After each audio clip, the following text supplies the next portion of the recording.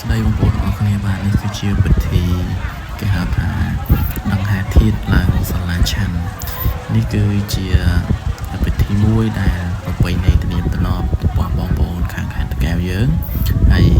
ខ្ញុំមិនដែលបានឃើញទេបងប្អូននេះគឺជាលើកទី1ដែរហើយពិធីនេះគឺប្លែកមែនទែនគឺថាឲ្យទៅផ្ទះបងប្អូនមានធាតុមានអីគឺសម្រាប់សក្ការៈបូជានៅផ្ទះរបស់យើងហ្នឹងធាតុឪពុកម្ដាយជីដូនជីតាឲ្យទៅសាច់ញាតិទាំងអស់ហ្នឹងគឺថាឲ្យទៅពេលបុណ្យឆ្លងនេះកើតឡើងមកគឺថាបងប្អូនប្រជាពលរដ្ឋយើងទាំងអស់ដែលនៅជុំវិញវត្តកោះហ្នឹងនេះគឺថាចាប់ផ្ដើមប្រមូលបងប្អូនចាប់ផ្ដើមយកធាតុទៅបុណ្យគឺថាដាក់តាំងពីថ្ងៃសូត្រមន្តតែម្ដងហើយមានល្ខោនមាននេះដែរគឺមើលទៅម្យ៉ាងបងប្អូនប្លែកភ្នែកដែរហើយពិធីនេះគឺចាស់បុរាណថាយកមកអ៊ូឡើងសាលាហើយទៅវត្តទៅអីចឹងណាបងប្អូនបាទខ្ញុំតែឃើញទេហើយថាប្លែកភ្នែកដែរបងប្អូនមើលតាមហ្នឹងទៅបាទ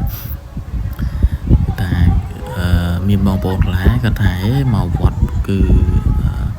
មើលទៅគួរឲ្យអនុយធម៌គួរឲ្យខ្លាចអ្នកខ្លះដើរព្រឺឆ្អឹងខ្នងព្រឺលើកជាព្រឺរោមព្រឺអីចឹងណាបងប្អូនបាទធាតុច្រើនដែរបងប្អូនមិនមែនលេងសើចទេបាទជិត 20000 ធាតុបាទសួរ